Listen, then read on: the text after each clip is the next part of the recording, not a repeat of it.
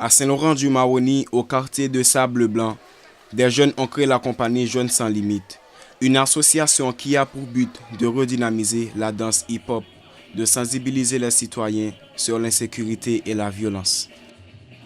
Ce que vous venez de voir, c'est la danse hip-hop, ce qu'on a envie de ramener, recréer à Saint-Laurent en fait.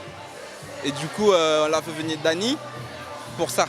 On l'a fait venir avec un partenaire de la mairie qui nous a aidés, qui nous a soutenus à payer le billet d'avion, tout ça, et acheter une enceinte, aider les jeunes, surtout les jeunes qui sont dans la rue, qui n'ont rien à faire, qui cassent les vitres, qui font n'importe quoi.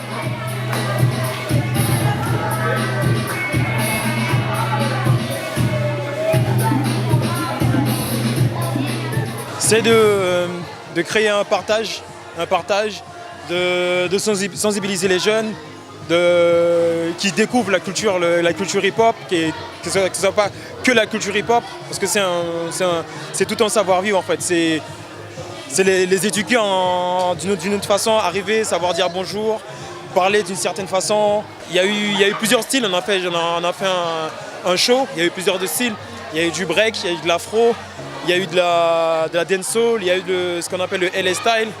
Il y a eu plusieurs styles et en fait il suffisait juste d'être attentif. Ces jeunes, quand je les regarde, je me vois moi il y a 10 ans, avec cette soif d'apprendre, avec un potentiel, avec une facilité ils apprennent très très vite. En termes de mouvement, si je leur demande de me faire tel mouvement, il suffit que je leur explique 2-3 fois et ils vont le faire. Donc ça s'est passé, on a travaillé sur les chorés, tout, on était là, jour après jour quoi. Des jeunes qui n'ont pas hésité à se structurer pour réaliser leurs rêves et à présenter leurs projets à la politique de la ville de Saint-Laurent-du-Maroni, qui les a soutenus à travers son dispositif de valorisation des pratiques amateurs. C'est des jeunes qui sont venus nous voir pour nous parler de leurs projets et c'était mettre en place ces ateliers de danse. Donc sur la politique de la ville, nous avons pu les financer sur un dispositif, la valorisation des pratiques amateurs. Donc c'est reprendre aussi toute cette énergie qui est dans les quartiers et la rendre dynamique et visuelle parce que ces jeunes, ils ont du talent comme on a pu le voir. Et c'est aussi continuer sur ce travail-là en termes de parcours. 2 semaines de travail et le spectacle, franchement, ça fait plaisir parce qu'on voit qu'ils ont travaillé, on voit qu'ils ont été rigoureux et sérieux et surtout Dani qui est un jeune du quartier, donc qui revient au pays pour dire voilà, c'est possible. Et bien, la suite, c'est continuer ce travail-là.